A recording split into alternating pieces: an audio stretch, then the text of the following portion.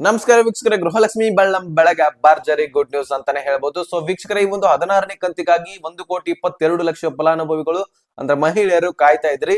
So ನಿಮ್ಮೆಲ್ಲರ ಖಾತೆಗೆ, ಪ್ರತಿಯೊಬ್ಬರ ಖಾತೆಗೆ 2,000 ರೂಪಾಯಿ ಬರ್ಲಿಕ್ಕೆ ಇನ್ನೇನು ಸ್ಟಾರ್ಟ್ ಆಗಲಿದೆ. ಈಗಾಗಲೇ ಬಹಳಷ್ಟು ಜನ ಕಮೆಂಟ್ ಕೂಡ ಮಾಡಿದ್ದಾರೆ ಜಮಾ ಆಗಿದೆ ಅಂತ. ಆದ್ರೆ ನಾನು ನಂಬ್ಲಿಕ್ಕೆ ಸಾಧ್ಯ ಇಲ್ಲ, ಯಾಕಂದ್ರೆ ನಾಳೆ ಬಿಡುಗಡೆ ಆಗ್ತಕ್ಕಂಥದ್ದು ಈ ಒಂದು 14ನೇ ತಾರೀಕು ಸಂಕ್ರಾಂತಿ ಹಬ್ಬದದ್ದು ಬಿಡುಗಡೆ ಮಾಡ್ತೀವಂತ ಹೇಳಿದ್ರು ಲಕ್ಷ್ಮಿ ಹೆಬ್ಬಾಳ್ಕರ್ ಮೇಡಮ್ ಅವರು. ಸೊ ಹಾಗಾದ್ರೆ ಇನ್ನೇನು ಬಿಡುಗಡೆ ಆಗುವಂತಹ ಕ್ಷಣಗಣನೆ ಮಾತ್ರ ಅಂತಾನೆ ಹೇಳ್ಬೋದು ನೋಡಿ. ಸೊ ಈ ಒಂದು ಭರ್ಜರಿ ಗುಡ್ ನ್ಯೂಸ್ ಅನ್ನ ಲಕ್ಷ್ಮಿ ಹೆಬ್ಬಾಳ್ಕರ್ ಅವರು ಕೊಟ್ಟಿರುವಂತದ್ದು. ಸೊ ಹಾಗಾದ್ರೆ ಯಾವ ರೀತಿಯಾಗಿ ನಿಮಗೆ ಹಣ ಜಮಾ ಆಗತ್ತೆ, ಯಾವ ಯಾವ ಮಹಿಳೆಯರಿಗೆ ಜಮಾ ಆಗತ್ತೆ, ಈಗಾಗಲೇ ರೇಷನ್ಸ್ ಕಾರ್ಡ್ ಗಳನ್ನ ರದ್ದು ಮಾಡ್ಲಿಕ್ಕೆ ಪ್ರಾರಂಭ ಮಾಡಿದ್ದಾರೆ.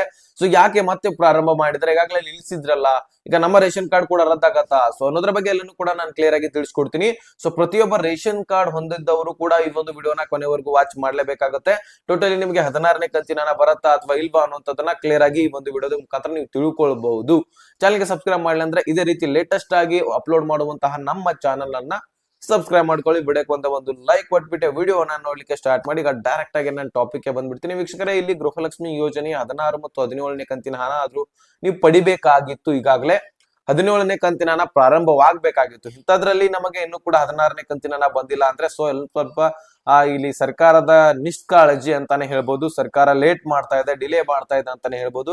ಸೊ ಹೀಗಾದ್ರೆ ಪ್ರತಿಯೊಬ್ಬರ ಖಾತೆಗೆ ಜಮಾ ಮಾಡಿ ಕ್ಲಿಯರ್ ಮಾಡುವಂತಹ ಒಂದು ಕಂತಿನ ಹಣ ಇನ್ನೂ ಕೂಡ ಪ್ರಾರಂಭವಾಗಿಲ್ಲ ಅಂದ್ರೆ ಇದು ನಿಶ್ಚಿತ ಸರ್ಕಾರ ಆದಷ್ಟು ಇದ್ರ ಬಗ್ಗೆ ವಿಚಾರಣೆ ಮಾಡಿಲ್ಲ ಅಂತಾನೆ ಹೇಳ್ಬೋದು. ಸದ್ಯಕ್ಕೆ ಈಗ ಗೃಹಲಕ್ಷ್ಮಿ ಯೋಜನೆಯ ಹಣ ಲಕ್ಷ್ಮಿ ಹೆಬ್ಬಾಳ್ಕರ್ ಅವರು ಕೊಟ್ಟಿರುವಂತಹ ಅಪ್ಡೇಟ್ ನ ಪ್ರಕಾರ ಈಗ ನಾಳೆನೆ ಬಿಡುಗಡೆ ಆಗಲಿದೆ ಅಂತ ಹೇಳ್ಬಿಟ್ಟು ಅಪ್ಡೇಟ್ ಅನ್ನ ಕೊಟ್ಟಿದ್ದಾರೆ. ಆ ಒಂದು ಅಪ್ಡೇಟ್ ಅನ್ನ ನಿಮ್ ಮುಂದೆ ಇಟ್ಟಿದ್ದೀವಿ, ಓಕೆನಾ.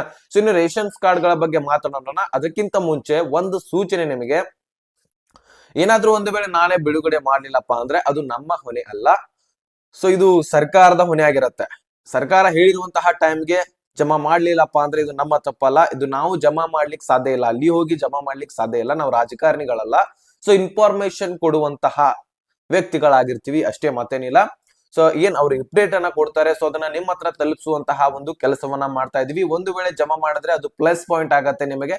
ಆ ಸರಿಯಾದ ಇನ್ಫಾರ್ಮೇಶನ್, ಗುಡ್ ಇನ್ಫಾರ್ಮೇಶನ್ ಅಂತ ಕಮೆಂಟ್ ಮಾಡ್ತೀರಿ. ಒಂದು ವೇಳೆ ಬರ್ಲಿಲ್ಲಪ್ಪ ಅಂದ್ರೆ ಇವನೇನಪ್ಪ ದಿನೇ ಇದನ್ನೇ ಬೆಂಕಿನೇ ಒಗಿತಾ ಇದ್ದಾನೆ, ಸುಳ್ಳು ಹೇಳ್ತಾ ಇದ್ದಾನೆ ಅಂತ ಅನ್ಬೋದು. ಸೊ ಏನ್ ಫರ್ಕ್ ಬೀಳೋದಿಲ್ಲ, ಅವ್ರೇನ್ ಇನ್ಫಾರ್ಮೇಶನ್ ಕೊಡ್ತಾರೋ ಅದನ್ನೇ ಕೊಡ್ತಾ ಇರ್ತೀವಿ. ಸೊ ಅಷ್ಟು ಮಾತ್ರ ನಮ್ ಕೆಲಸ. ಸೊ ನಾವು ಸರಿಯಾಗಿ ಕೆಲಸನೇ ಮಾಡ್ತಾ ಇರ್ತೀವಿ. ಇನ್ನು ಒಬ್ಬೊಬ್ರು ಮಾಡ್ತಿರ್ತಾರೆ ಕೆಟ್ಟ ಕಮೆಂಟ್ಸ್ ಗಳು. ಸೊ ಅದ್ರ ಬಗ್ಗೆ ಏನ್ ನಾವು ತಲೆ ಕೆಡ್ಸ್ಕೊಳ್ಳಲ್ಲ. ಸೊ ಇನ್ಫಾರ್ಮೇಶನ್ ಕೊಡ್ತಕ್ಕಂಥದ್ದು ನಮ್ಮ ಕೆಲಸ, ಅದನ್ನ ಮಾತ್ರ ಮಾಡ್ತೀವಿ. ಈಗ ಸದ್ಯಕ್ಕೆ ನಾಳೆ ಬಿಡುಗಡೆ ಮಾಡ್ತೀವಿ ಅಂತ ಹೇಳಿದ್ದಾರೆ. ಸೊ ಅದಕ್ಕೆ ನಾಳೆ ಎಲ್ಲರೂ ಕೂಡ ಹಣವನ್ನ ಪಡಿಲಿಕ್ಕೆ ಸಿದ್ಧರಾಗಿ. ಸೊ ನಾಳೆ ಒಂದು ವೇಳೆ ಜಮಾ ಮಾಡ್ಲಿಲ್ಲ ಅಂದ್ರೆ ಮತ್ತೆ ಏನ್ ಇನ್ಫಾರ್ಮೇಶನ್ ಕೊಡ್ತಾರೋ ಸೊ ಅದನ್ನ ನಾನು ನೆಕ್ಸ್ಟ್ ವಿಡಿಯೋದಲ್ಲಿ ನಾನು ನಿಮಗೆ ತಿಳಿಸ್ತೀನಿ. ಒಂದು ವೇಳೆ ಜಮಾ ಮಾಡ್ಲಿಲ್ಲ ಅಂದ್ರೆ ಸೊ ಆದಷ್ಟು ಈಗ ಒಂದು 4-5 ಕಮೆಂಟ್ಸ್ ಗಳಾದ್ರೂ ಬಂದಿದ್ವು, ಜಮಾ ಆಗಿದೆ 2:30ಗೆ ಅಂತ ಹೇಳ್ಬಿಟ್ಟು ನಿನ್ನೆ ಸಾಕಷ್ಟು ಕಮೆಂಟ್ಸ್ ಗಳು ಬಂದಿದ್ವು. ಆದ್ರೆ ನಾನು ಅಷ್ಟೊಂದು ಭರವಸೆ ಏನ್ ಇಡ್ಲಿಲ್ಲ. ಈಗಾಗ್ಲೇ ಜಮಾನೇ ಆಗ್ಲಿಕ್ಕೆ ಪ್ರಾರಂಭವಾಗಿಲ್ಲ, ಈಗ ಎಲ್ಲಿಂದ ಜಮಾ ಆಯ್ತಪ್ಪ ಅಂತ ಹೇಳ್ಬಿಟ್ಟು. ಸೊ ಆದಷ್ಟು ಇನ್ನೂ ಕೂಡ ಜಮಾ ಆಗ್ಲಿ, ಯಾರು ಕೂಡ ತಲೆ ಕೆಡಿಸ್ಕೊಳ್ಬೇಡಿ. ನಾಳೆನೆ ಜಮಾ ಆಗ್ಲಿಕ್ಕೆ ಪ್ರಾರಂಭವಾದ್ರೆ ಸೊ ನಾನು ಮತ್ತೊಂದು ವಿಡಿಯೋದಲ್ಲಿ ಸಂಪೂರ್ಣವಾಗಿ ಡೀಟೇಲ್ಸ್ ಆಗಿ ತಿಳಿಸ್ತೀನಿ. ಇನ್ನು ರೇಷನ್ಸ್ ಕಾರ್ಡ್ ಗಳ ಬಗ್ಗೆ ಮಾತನಾಡೋಣ. ಈಗಾಗಲೇ ಸರ್ಕಾರ ಸಿಎಂ ಅವರೇ ಖುದ್ದಾಗಿ ಮತ್ತೆ ಕೊಟ್ಟಿರುವಂತದ್ದು ಒಂದು ಸಚಿವ KH ಮುನಿಯಪ್ಪನವರಿಗೆ, ಆಹಾರ ಇಲಾಖೆ ಸಚಿವರಾಗಿರ್ತಾರೆ. ಸೊ KH ಮುನಿಯಪ್ಪನವರು ಈಗಾಗಲೇ ನಾವು ಮತ್ತೆ ರೇಷನ್ಸ್ ಕಾರ್ಡ್ ಗಳು ಫೇಕ್ ಡಾಕ್ಯುಮೆಂಟ್ಸ್ ಗಳಿಂದ ಸಿಗ್ತಾ ಇದಾವೆ, ಏನ್ ಮಾಡ್ಬೇಕು ಅನ್ನುವಂತಹ ಒಂದು ಸಮಿತಿಯ ಸಭೆಯಲ್ಲಿ ನಡೆದಾಗ ಮೊನ್ನೆ ಸೊ ಅಲ್ಲಿ ಮಾಹಿತಿಯನ್ನ ಕೊಡ್ತಾರೆ ಸಚಿವರು ಅವರಿಗೆ.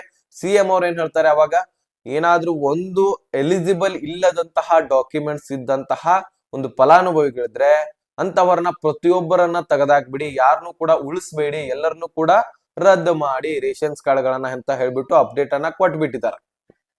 ಸೊ ಹೀಗಾಗಿ ಆಹಾರ ಇಲಾಖೆ ಕಟ್ಟುನಿಟ್ಟಾದಂತಹ ನಿರ್ಧಾರವನ್ನ ಮತ್ತೆ ರೇಷನ್ಸ್ ಕಾರ್ಡ್ ಗಳನ್ನ ರದ್ದು ಮಾಡ್ಲಿಕ್ಕೆ ಪ್ರಾರಂಭ ಮಾಡ್ತಾ ಇದೆ. ಸುಮಾರು 1,02 ಲಕ್ಷಕ್ಕಿಂತ ಹೆಚ್ಚಿನ ಫಲಾನುಭವಿಗಳು ಮತ್ತೆ ಸಿಗ್ತಾ ಇರುವಂತದ್ದು.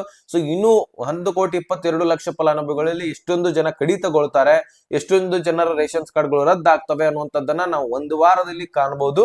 ಸೊ ಒಂದು ವಾರ ಆದ್ಮೇಲೆ ನಾವು ಎಷ್ಟೊಂದು ರೇಷನ್ಸ್ ಕಾರ್ಡ್ ಗಳು ರದ್ದಾಗಿರುತ್ತೆ ಅನ್ನುವಂಥದ್ದನ್ನ ಲೆಕ್ಕಾಚಾರ ಮಾಡಿ ನಿಮ್ಗೆ ತಿಳಿಸ್ಕೊಡ್ತೀನಿ. ಸೊ ಹೀಗಾಗಿ ನೀವು ಪ್ರತಿಯೊಂದು ವಿಡಿಯೋಸ್ಗಳು ನಿಮ್ಗೆ ಬರಬೇಕು, ನಿಮ್ಗೆ ಸಿಗ್ಬೇಕು ಅಂದ್ರೆ ನೋಟಿಫಿಕೇಶನ್ ಮುಖ್ಯವಾಗಿ ಆಲ್ ಅಂತ ಸೆಟ್ ಮಾಡ್ಬೇಕಾಗತ್ತೆ.